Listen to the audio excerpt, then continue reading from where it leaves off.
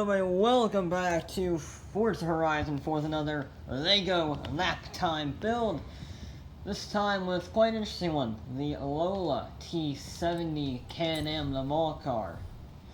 Now, this is a monster. It starts off S1826, and right away, I'm going to want racing tires, but there's a bit of a problem. They're a bit too high PI. I have to go on sport tires. I don't have the actual PI. I don't have 3 PI to play around with. I do want bigger front tires. I don't need bigger rear tires. I have 380s on the rear. I don't need it. So, you would think, rightfully so, that I am royally screwed. However, I do have an advantage. From the factory, I have 460 horsepower, 395 torque, and I weigh less than 2,000 pounds. So, yes, I am slower in the... I am really able to drive. I have much better things to do. Now, I had a thought. I could go with sport tires. No, I can't. Okay. I thought I have vintage race tires. I do not have vintage race tires. Never mind. Ignore my thought. My thought was useless. Suspension, that's useless. That's only rally suspension. That's not necessary. So, I can either go with... Nope, I can't do that. Can't do that. No, I can't do that. Can't do that. Can't do that. Can't do that. Alright, so all we have left to do is this. Go over here. Not there. Go over here. Put this on. And can I sneak that on? I can. Right, so we have no power upgrades at all. We do have aerodynamics already on the car from the factory. It is a very high starting PI. But it might, and it's on the sport tires, which is not good, but it might just be enough to hopefully beat that Lego Mini. We have to beat a 59 dead around our Arrowhead modified circuit, and it actually has some benefits for this car, because it is a very high speed car. It's supposed to be competing at Le Mans, remember? Which means it's very strong and very fast. I think it can hit 200 plus miles an hour in 1966 with less than 500 horsepower. So, it's very streamlined, it's very light, it is really well drive. The biggest problem though is the sport tires. You see, sport tires are nowhere near as grippy as racing tires. So we shall see if that will make that much of a difference around this course. It's going to be interesting for the little blue bullet over here. We shall see. Well, it's going to have one car bloody stuck because we always have one car stuck for some reason.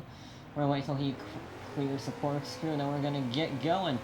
Now this has a Chevy small block in it roughly, I believe. So it should be very noisy and very fast. Now the BMW is about 130 on the straightaway with a run-up, so yeah, it's gonna be faster than that, I suspect. Getting a little bit of oversteer, nothing much.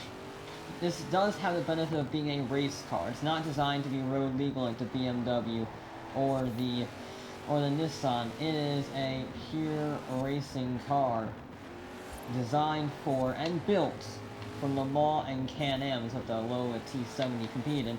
Actually did rather well at Can-Am, won the championship in '66. But, now granted, this is not Can-Am. This is especially not Le Mans. You know, there's a very technical section that you just finished, and it's not too bad. There is a little bit of oversteer, you know, a fair amount of oversteer, actually. But it's manageable, that's the important thing. It is manageable. Then we get on the power, and we let that aerodynamics carry us to a very rapid speed. New speed under 140 miles an hour, 145. Getting on the brakes, a little bit of a lockup. When you make it, that's very good on the brakes. For such a high-speed vehicle, that lack of weight really helps us out in the braking zone. This might prove to be very quick if we can carry the speed around these corners. Which, it's a bit squirrely, and the brakes lock up quite easily. However, it is rather good to drive. It's very fun to drive, because it always keeps you constantly on your toes. Not enough to make you fear for your life, but also not enough to, you know, let you go as fast as you bloody can. Oh, yeah, you see? Getting a little hint of oversteer, followed by correctness, followed by more oversteer. It is very good fun, and we are going to set a... Oh, we're a tenth of a second down. I think we can do it. I think we can do it with the Lola. Be a little bit better under brakes. Just about get that checkpoint clipper with the... I say wing mirror. There's not really a mirror, is there? Maybe it's the back of the wing? Running a little bit wide, but hopefully you can carry some good speed through there. A little bit dab on the brakes, carrying decent speed 71 through there is not too shabby. Braking perhaps a little early, actually, for the corkscrew before we head into the very, very technical... I don't know how I didn't even hit that checkpoint, but whatever. I'm gonna take it. That's probably the closest you can ever get to getting that checkpoint while cutting the corner, you know? That was surprising that I made that. Now you can see the back end wanting to step out, but you can just about keep it under control, and you get a slower lap. Right. Okay. Come on, we got 2 more laps. Let's get going. Ooh. A little late on the brakes. We kept it under control. Got a decent run through there. Flat out of the corner, just about. It is a little bit floaty sometimes. It's a little bit floaty. We're running a... That's not really the ideal line, but there you go.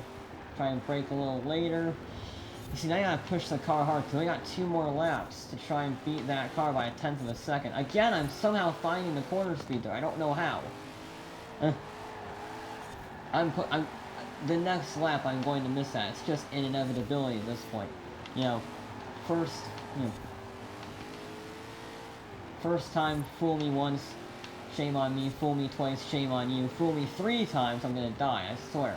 That's what's gonna happen. However, we have shattered, we shattered like 2 and a tenths of a second. But we are fast. We're the fastest car around here now on sport tires, no less. Ooh, very wide. Can we go any faster? Probably not with this run. I will be honest, that was a terrible bus stop. That was a terrible bus stop. Carried a bit too much under braking. I will be honest. But we had a better, like a secondary bus stop corner. So, no, this is going to be close, and whether or not it's going to be any faster or not. Regardless, we are in first place for now. Can we extend that margin anymore? Can we extend it anymore? That's going to be the question. Ooh. No, that's a lot more oversteer than I wanted. That's not good. I'm pushing as hard as I can, because he already got that record, so he might as well, you know? Come on, Lola. Come on. And on the power. There we go. Nice little back end kicking out. We are not going to be faster, but we are still in the lead. We are still in the lead. There you go. 58.79 will put us into first place by just over 2 tenths of a second. Not bad, because what's interesting is the top 2 vehicles on our table are not on racing tires. That's very interesting. The Mini, I don't know what tires it's on, it doesn't say, but I would presume the Lego tires are very grippy on the Lego surface. And then the Lola here on sport tires coming through with some stupendous straight line speed. I think wasn't the M3 hitting about 125, the GTR was hitting about 135. This was hitting 145 on the banked turn. That is some serious speed from the Lola. I was, to be honest, a little skeptical. We didn't have very much room to play around with. We couldn't upgrade the engine at all. But even with sport tires, we were able to claim the top spot. So, there you go. That's going to be it for this episode of Forza Horizon 4. Back with more.